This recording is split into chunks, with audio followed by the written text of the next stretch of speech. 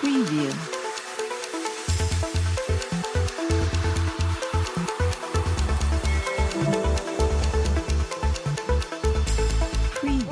उनको कौन धमकियां देता रहा व्हाट्सएप के जरिए? किसने उठाया था गवाहों को घरों से? किसने उनको बंद किया था? उनको टार्चर कर रहे थे कि आप गवाह नहीं बनेंगे। नकीबुल्लाह के वालिद साहब जो के बज़ाहिर तो वो कैंसर के मरज से मरे, लेकिन हमें यकीन नहीं हो रहा कि वो कैंसर के मरज से मरे। उनको बुलाया गया, उनसे मुलाकातें कराई, उनको खाना खिलाया गया। क्या पता हम रियासत पाकिस्तान में हमें ना किसी इदारे पे उम्मीद है, ना किसी फर्द, ना पार्लियामेंट पे, हमें ना अदालत पे भरोसा रहा। हम किस तरफ जा रहे हैं? अब किस तरफ धकेल रहे हैं पश्तूनों को? ये ज्यादतियां कब तक चलेगी? हम कब तक बर्दाश्त करेंगे?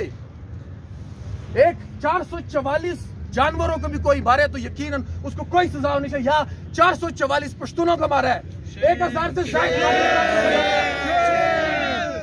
हथकड़ियां नहीं लगी, अदालत नहीं आए, घर से व्हाट्सएप पे फैसला सुनाते हैं और तन दनाते हुए फिरता कहता है कि अल्लाह ने और पाकिस्तान ने इंसाफ किया, जज ने मेरे साथ इंसाफ किया, मैं बेगुनाह था। शर्म आनी चाहिए ऐसे जजों को, ऐसे इदारों को जो कातिल को बेगुनाह करार कर उनको रिहा करती है। मैं ज्यादा टाइम नहीं लेना चाहता, यकीनन कुछ जज्बात है, कुछ गुस्सा है, तो हम अपने एहतजाज का बाकायदा आगाज करते। सबसे पहले मैं पीटीएम के वर्कर इरफान भाई को दावत देता हूँ कि भाई अपने